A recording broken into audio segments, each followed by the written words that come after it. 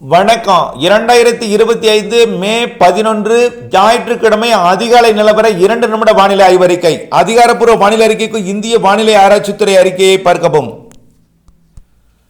நேற்றைக்கு ஒரு சில இடங்களில் மழைப்பொழிவு பொழியும் என்று அறிவிக்கப்பட்ட நிலையில் திருக்கோவிலூரில் 40 மில்லிமீட்டர் மழைப்பொழிவும், மேலும் கள்ளக்குறிச்சி மாவட்டத்தில் ஆங்காங்கே மழைப்பொழிவு கொடுத்திருக்கிறது. தருமபுரி மாவட்டத்திலையும் மழைப்பொழிவு கொடுத்திருக்கிறது.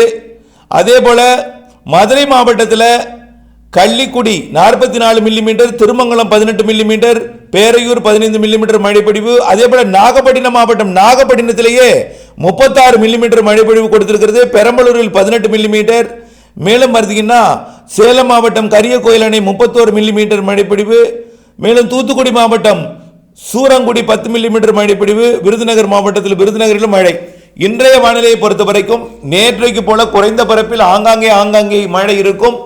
நாளை 12ஆம் தேதியிலிருந்து மழைப்பொழிவு தீவிரமடைய இருக்கிறது. வங்கக்கடல் காற்று சுழற்சிக்கு மேற்கு திசை காற்றும் வடமேற்கு திசை காற்றும் தமிழ்நாட்டின் வழியாக பயணிக்க இருக்கிற காரணத்தினாலே வடமேற்கு வெப்ப நீராவியும் மேற்கு திசை குளிர்காற்றும் இணைந்து தமிழ்நாட்டிலே மழைப்பொழிவை இந்த மாத இறுதி வரைக்கும், தென்மேற்கு பருவமழை தொடங்கும் வரைக்கும் மழைப்பொழிவை தீவிரப்படுத்த இருக்கிறது.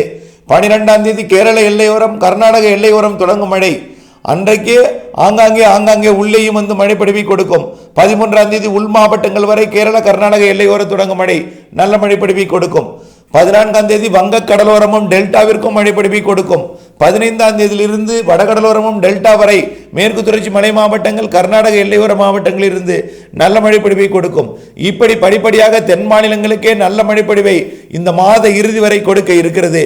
ஒதுக்கி கொடுத்தாலும் படிப்படியாக பரவலாகவும் மழைப்பொழிவு நேரம் கூடும், மழையின் அளவும் கூடும் என்பதை தெரியப்படுத்த விரும்புகிறேன். விரிவான அறிக்கையை பார்த்து பயன்பெறுக.